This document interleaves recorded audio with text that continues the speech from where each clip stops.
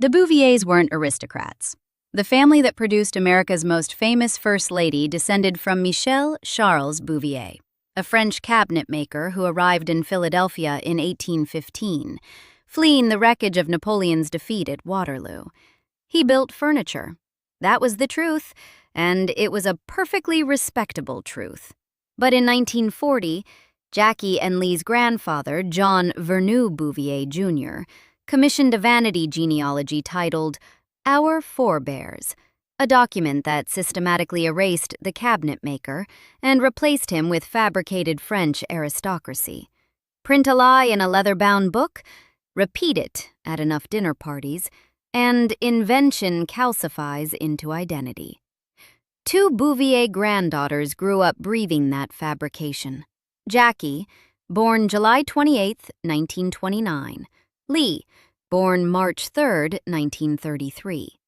Each absorbed the delusion differently. Jackie took the discipline, the composure, the ability to construct an outer self so polished it doubled his armor. Lee took the hunger. Only one of those impulses would prove capable of raising children. American royalty is a myth, and Lee Radziwill spent her life chasing a version of it, trading her children's stability for the fantasy of European aristocracy, while Jackie quietly became the actual mother to those children, subsidized Lee's lifestyle for decades, and never received a word of public credit. The person who paid the steepest price was a boy named Anthony Radziwill. He entered the world on August 4, 1959, less than 5 months after his mother secured the title she'd wanted since her first marriage collapsed.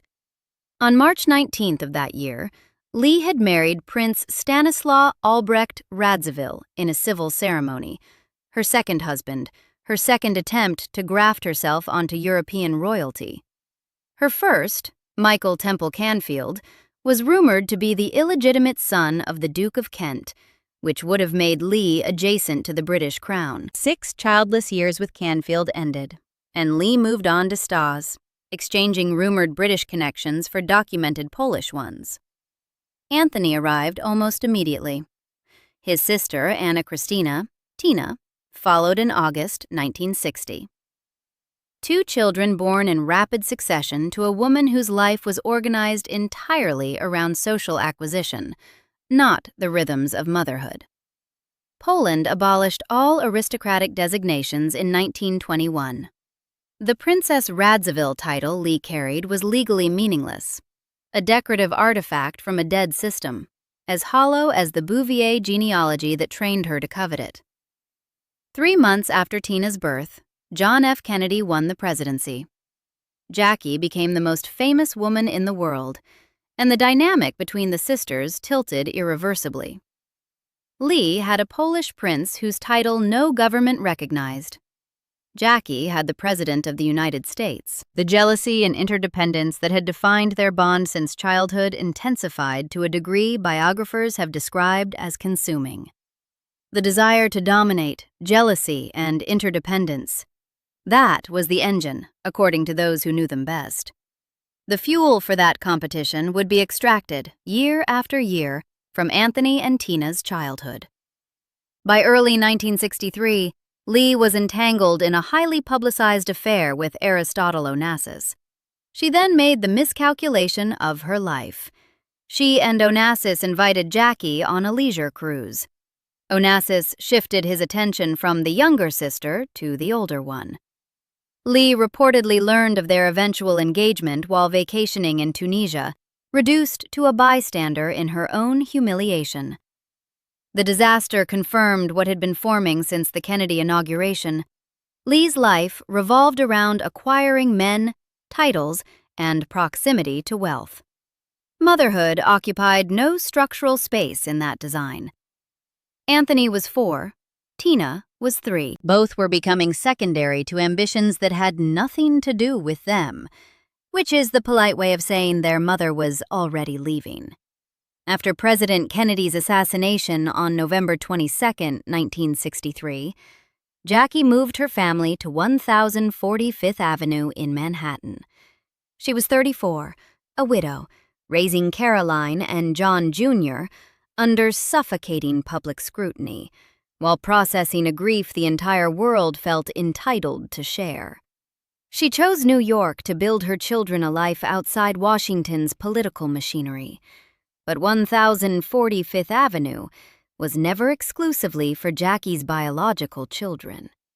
Anthony and Tina were there, increasingly routinely and eventually as a permanent feature of the household, rather than visiting niece and nephew.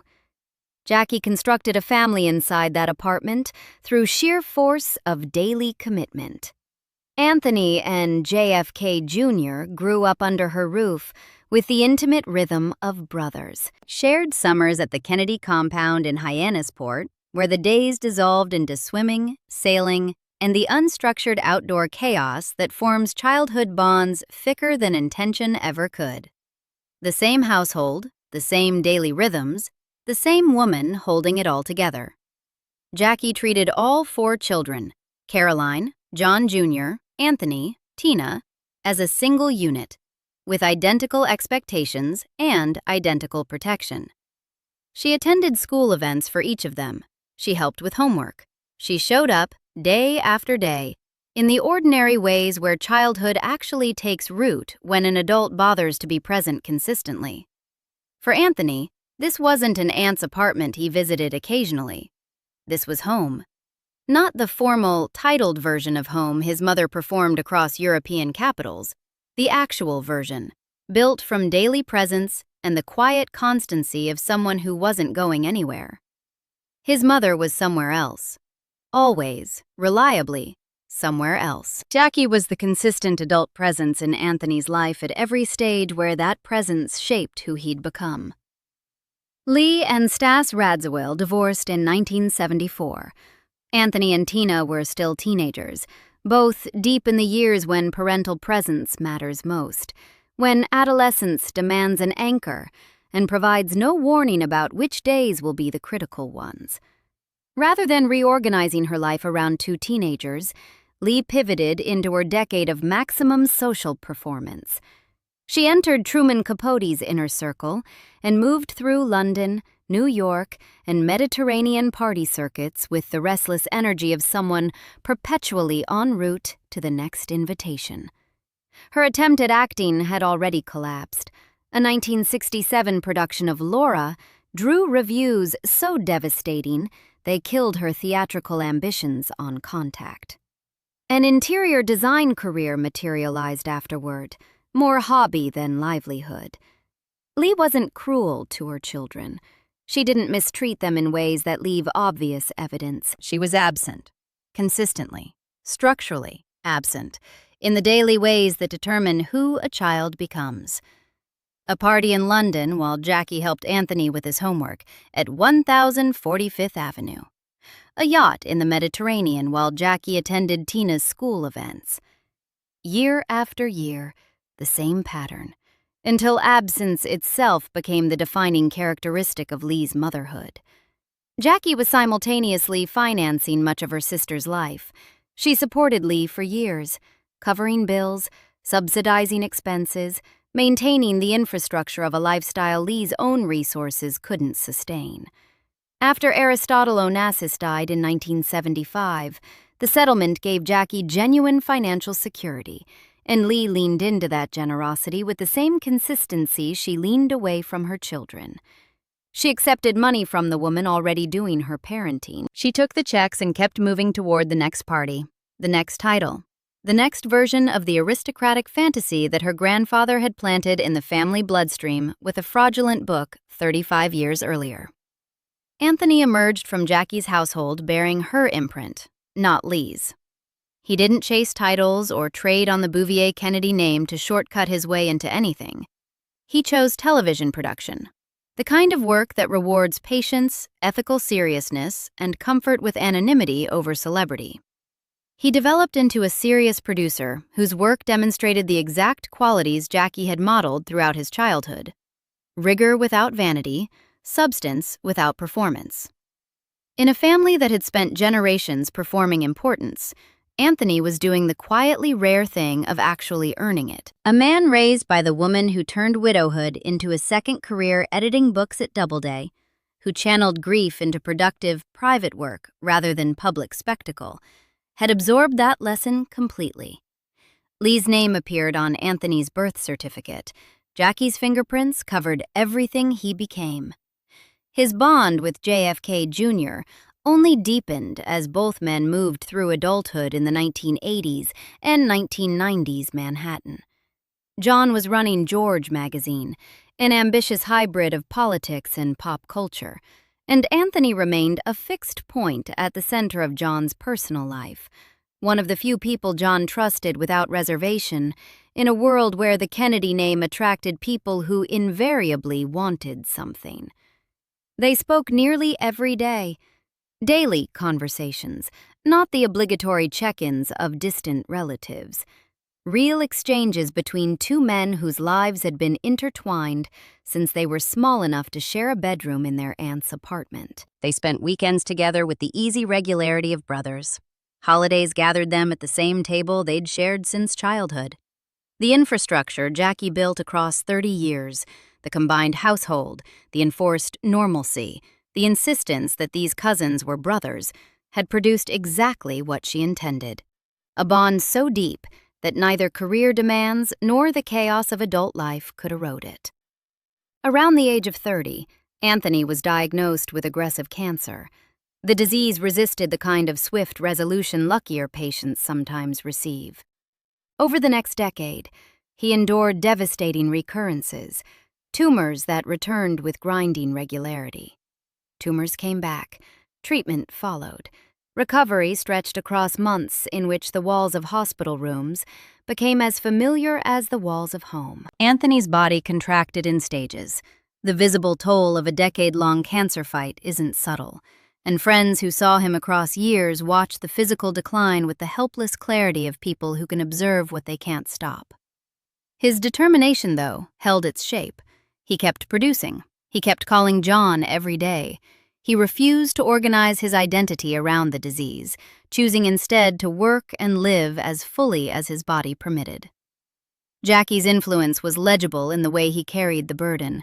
She had demonstrated across his entire childhood that you absorb devastation without performing it, that composure in the face of destruction isn't coldness, but discipline.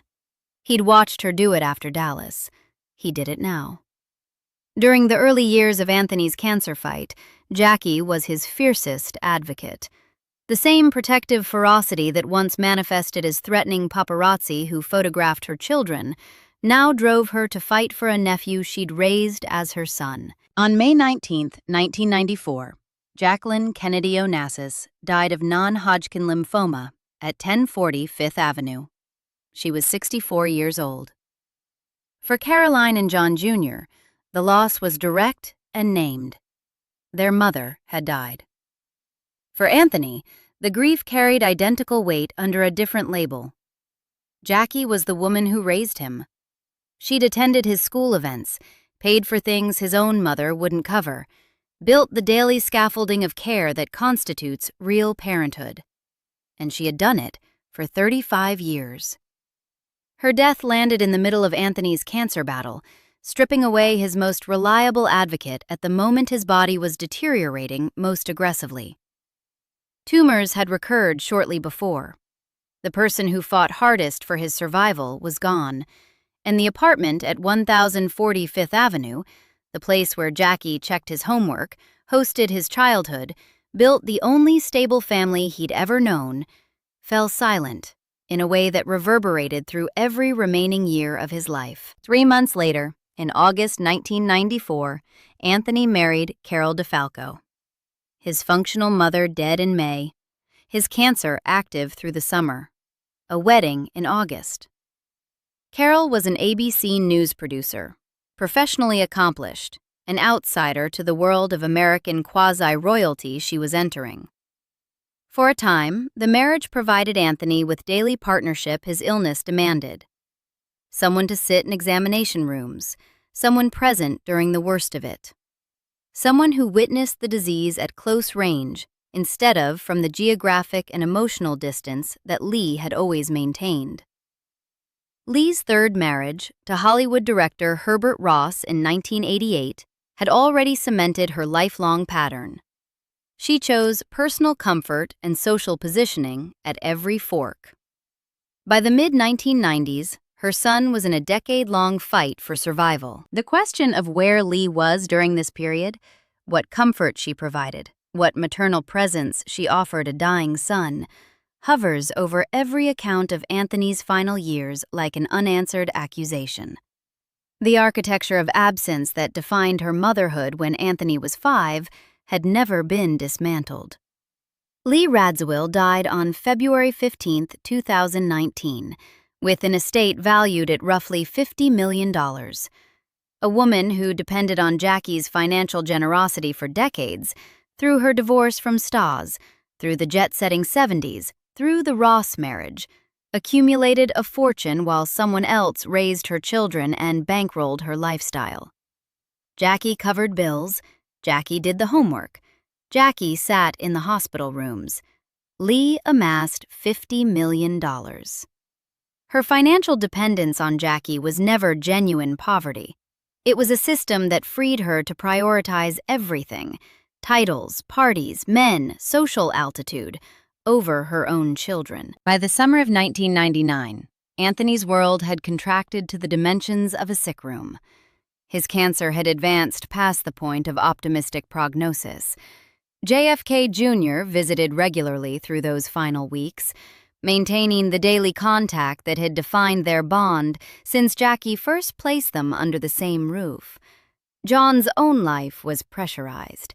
He was running George Magazine, navigating marriage to Carolyn Bessette Kennedy, the permanent media surveillance that followed every Kennedy tracking him without pause. He kept showing up at his brother's bedside. Jackie had taught both of them that presence was the only thing that ultimately mattered. John absorbed that lesson as completely as Anthony did. On July 16, 1999, John F. Kennedy Jr. took off from Essex County Airport in Fairfield, New Jersey, piloting a Piper Saratoga toward Martha's Vineyard. Carolyn Bessette Kennedy and her sister Lauren Bessette were passengers. The plane went down off the vineyard's coast. No survivors. John was 38. Anthony couldn't leave his bed to attend the funeral. The man who grew up beside John since childhood, who served as best man at John's wedding to Carolyn Bessette on September 21, 1996, who had spoken to him daily for the entirety of their adult lives.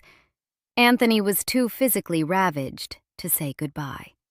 He had lost Jackie, his functional mother, 5 years earlier. Now he lost John, his functional brother. Every structure Jackie spent 3 decades building, the combined household at 1040 Fifth Avenue, the summers in Hyannisport, the enforced brotherhood, the daily phone calls, the family she assembled from assassination's wreckage and her sister's neglect, collapsed into a single unbearable summer on a dying man's bed. 25 days later, on August 10, 1999, Anthony Radziwill died. He was 40 years old. Tina lost her actual brother and her functional brother within 25 days. She was 38. Jackie had been dead 5 years. Lee was alive, but Lee's presence had been a technicality for 4 decades, and nothing about 1999 changed that arithmetic. The family Jackie built was in ruins. Tina was left to carry the aftermath alone.